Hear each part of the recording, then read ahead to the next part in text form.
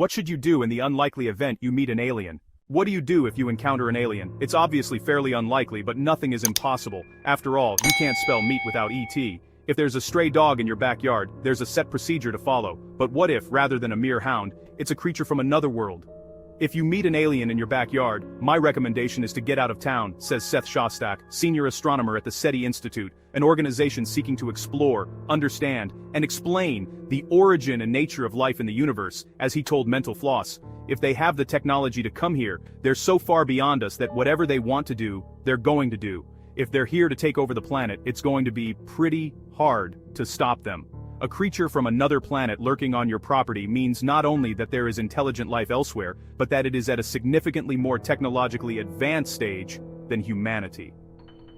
A species with the ability to not only travel the enormous distances involved, the closest star to our sun, which does have some potentially life-supporting planets, is 4.2 light-years away, but also, land undetected in your flower bed would simply have us outclassed. As you flee, however, you might want to contact the emergency services. If, for instance, the alien is aflame, and given that we know nothing about what form such a creature might take, there's no real reason it wouldn't be, you might want to give the fire department a call, for example. Moving up a notch, the FBI and Department of Defense are frequently contacted with flying saucer sightings, as are the UK's Royal Air Force and Ministry of Defence and, well, pretty much every other emergency service in every country. This is because there is no set protocol, no universally agreed upon decree, of exactly what to do in the event of a close encounter.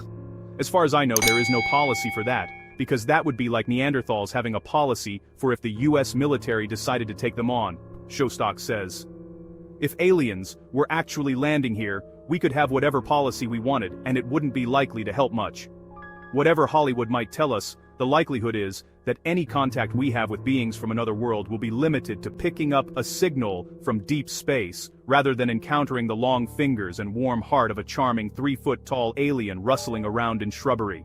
As luck would have it, there is a protocol for that. It's known as the Declaration of Principles Concerning Activities Following the Detection of Extraterrestrial Intelligence, and was put together by the International Academy of Astronautics with input from Shostak. The protocols are also entirely voluntary, with no force of law behind them, and nobody under any obligation to adhere to them. What if you don't want to tell everybody? What if you fancy keeping information about life beyond Earth to yourself for a while? You're the one talking to aliens after all. Surely you can make a few bucks out of the situation. As Shostak points out, this kind of thinking is unlikely to get you anywhere. Given the distances involved, and the power required to transmit information that far, you aren't going to be in any kind of dialogue. Secondly, revealing that you have detected a transmission is useless without it being verified and studied, the process of which by necessity involves making that information available to the world. Thirdly, interpreting any alien message will be a mammoth task involving a lot of work from a lot of people, a task unlikely to ever reach a definitive conclusion. It would depend on whether they were trying to make it easy, Shostak says.